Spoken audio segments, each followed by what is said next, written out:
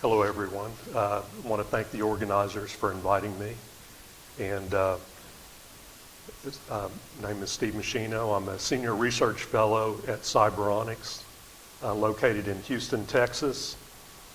I've been with Cyberonics for 25 years, and we pioneered the VNS therapy system for depression and epilepsy. We're also in heart failure. We have a CE mark in Europe for heart failure. We have over 100,000 patients that have the VNS therapy system. So we don't have a clicker, so.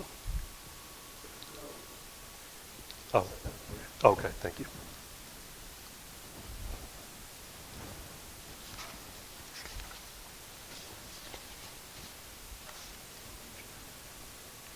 Yes, great.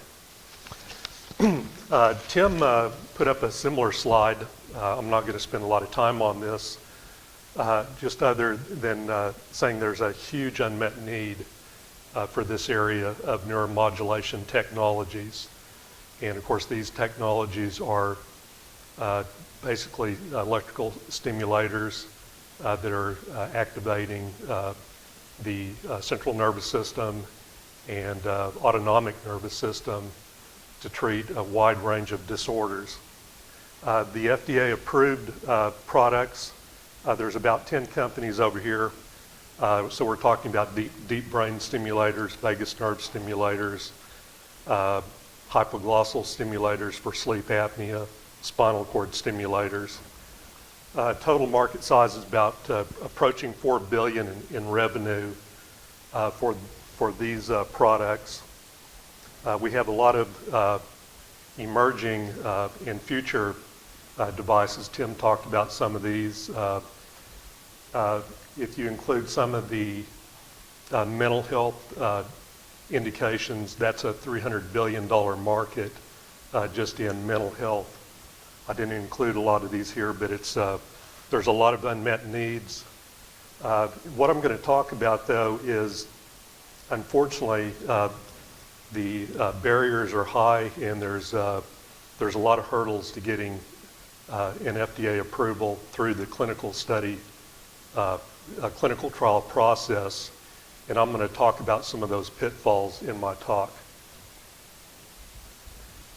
First of all, though, and again, Tim talked about this, I'm not going to spend a lot of time on this, but some of the challenges with neuromodulation technologies is mechanism of action is not well understood. For example, epilepsy. There are about 25 different types of epilepsy that can affect different parts of the brain. Different pathways are affected. There's different phenotypes, different pathologies. So in the way vagus nerve stimulation works, it works on both neurotransmitter systems in the brain as well as autonomic nervous system and inflammatory processes. So there's a number of mechanisms of action that are at play here. With a lot of these technologies, the patient populations are very diverse with their pathologies. It's a very complex area. The other thing I wanted to mention that the chart that I showed previously, most of those patients they have no alternative treatments. They're drug refractory. They've tried everything they can. Their quality of life is very poor because nothing works. So that's the treatment population that we're talking about with these neuromodulation technologies. That's why it's such a large unmet need to provide treatment for these patients. So in the interest of time, I'm going to move on, other than to say that with these complexities, it makes clinical study design very complicated and very complex in itself. So there have been a number of clinical study programs that have failed, have not passed their endpoints just recently. In the last approximately 8 years, there's a list here. There's other clinical study programs that have basically have terminated their programs. Companies have shut down. Kent Leidy talked about the Everest program. That was stroke recovery with a cortical stimulator. There is the baroreceptor hypertension device, failed its endpoints. The Apnex hypoglossal nerve stimulator for sleep apnea failed its endpoint.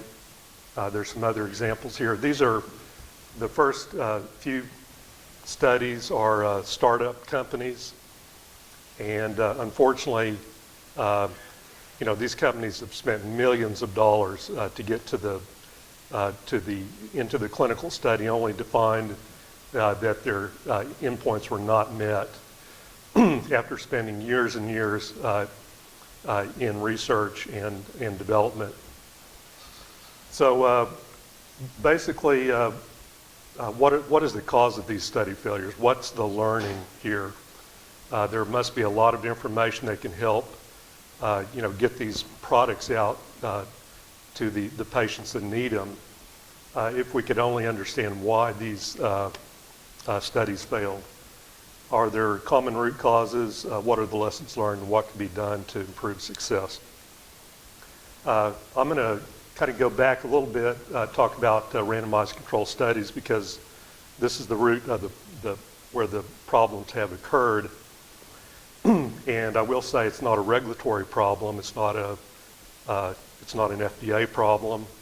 It's a I'll get into the specifics of what I think the problems are from my own observations. But in looking at in a randomized control study, this is not the whole problem here. It's only a part of the problem. And the issue is these randomized control study designs are fixed designs. Typically, patients will that have a certain indication like epilepsy or depression will enter into the study. They'll be randomized into either a treatment group or a control group. The idea is you want these two groups to be very well matched so that you can look at the effect of stimulation treatment versus a placebo group or control group. And then you want to, at the end, compare the differences, the outcomes, and that's a binary outcome. Sometimes it's terminal for some of these companies that failed the endpoints.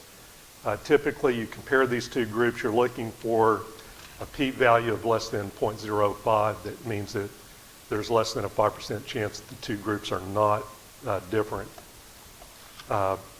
So the study is typically blinded.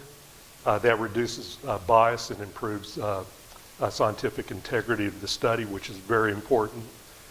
The patient's blinded, the physician's blinded, the company's blinded. Sometimes these studies take 3 or 4 years. In fact, Cyberonics did 5 studies in our epilepsy indication. It took 8 years to get the ultimate FDA approval. But these studies can take, even for an acute phase, can take up to 2 or 3 years because there's enrollments, there's stimulation titration where you're moving the stimulation up. The company's blinded. They don't know what's happening in the study. No one's looking at the results of the study because everyone's blinded. The other thing that is, it's very difficult to make a design change. So once you enter this, and I equate it to, and Tim talked about the Wright brothers and developing the first airplane. This is like shooting a probe off to Mars, where the design is fixed, the study is fixed. It's very difficult to make changes in that study.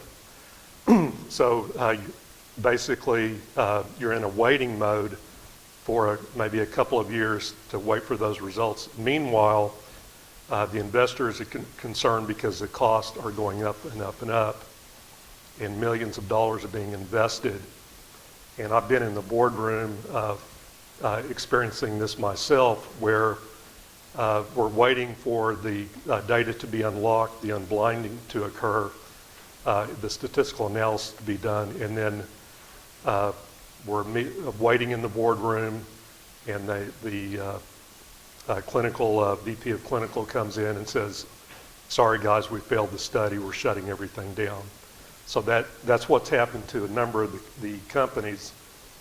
So the process is a very good process, the clinical design, this process, but it is very rigid and it's fixed. And I'm going to talk about adaptive designs very briefly that may mitigate some of these issues.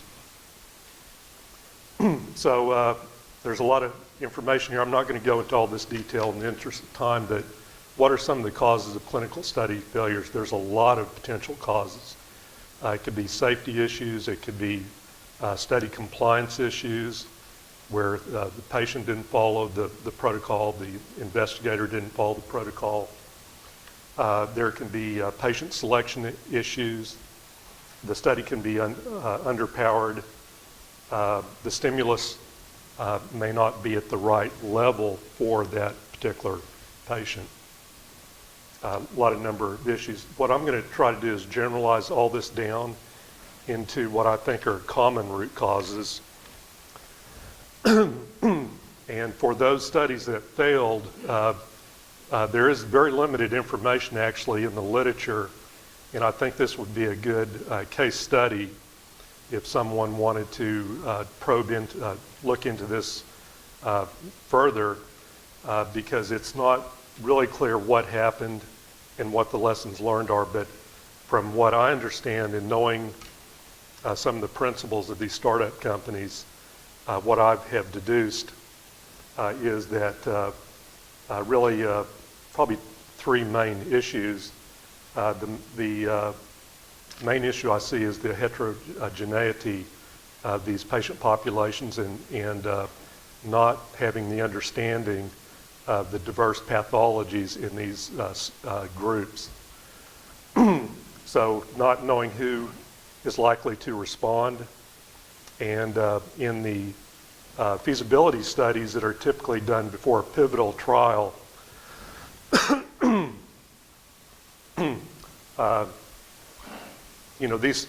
the feasibility studies are for these startup companies that have failed. They were all beautiful studies with very good p-value levels. A lot of the patients responded, but when you get into a double-blind randomized control study, there's a lot of things that you find out that you didn't know, like patient heterogeneity.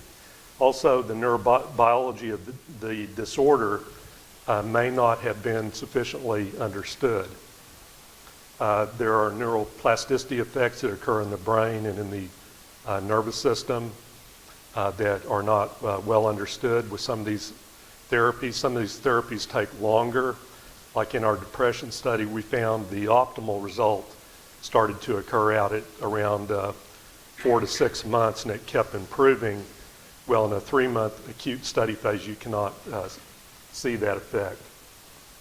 I talked about study design limitations, device design. I think for the most part, the device did not play a role in these study failures. Although you could say that the design inputs were not adequately developed, but if the first two items were well understood, then that could inform the device, and that would have had made a different outcome. So what can be done about this? Well, build more of the science around the understanding of the patient population, more investment up front in translational research, clinical science, more feasibility studies. FDA has a program where there's a guidance where you can do a small number of patients to get early feasibility results. I think companies can take more advantage of that. There's a lot of information in the data that's not being tapped into probably. So data analytics, signal processing, modeling, and simulations can help reduce some of the risk. And then biomarker study, Tim talked about that in his presentation. That's very important so we can understand these biomarkers. Some indications don't have clear biomarkers, such as depression, for example. There's no measure of how depressed a patient is. There's no test other than qualitative measures, such as surveys, just asking the patient, how do you feel today, and that sort of thing. So the entrepreneurs in the crowd, if you have an interest in developing these biomarkers, depression is very ripe for that sort of thing. And then last, a more strategic clinical study design approach is needed. I'm not going to go into more detail on that other than to say that FDA has just recently published a draft guidance on adaptive clinical study designs.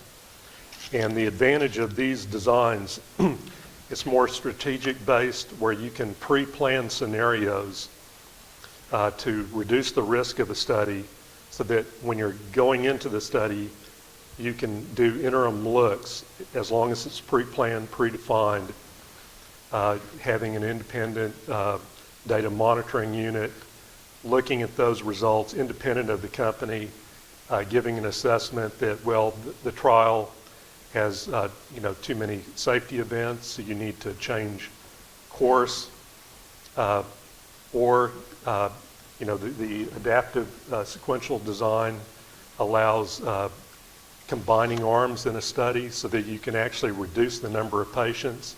You can predefine different thresholds for the significance of the difference between the groups, and when you hit that, you can stop the study. So there's a lot of efficiency and flexibility in this adaptive study approach. And FDA is embracing it. It's a very good document. It's online. So in conclusion, learning is more investment is needed in translational research. The DARPA model is very good that Doug talked about. DARPA, for the last 10 years, has been building on this translational research, the concepts and ideas behind that. It's very well documented in the literature, both DARPA and NIH. And then the flexible clinical study strategies, I think, are needed. And there's huge opportunities here, a lot of unmet needs. And so those that can learn from the past and learn to navigate this treacherous, bumpy, icy translational highway are destined to be rewarded in the future. Thank you.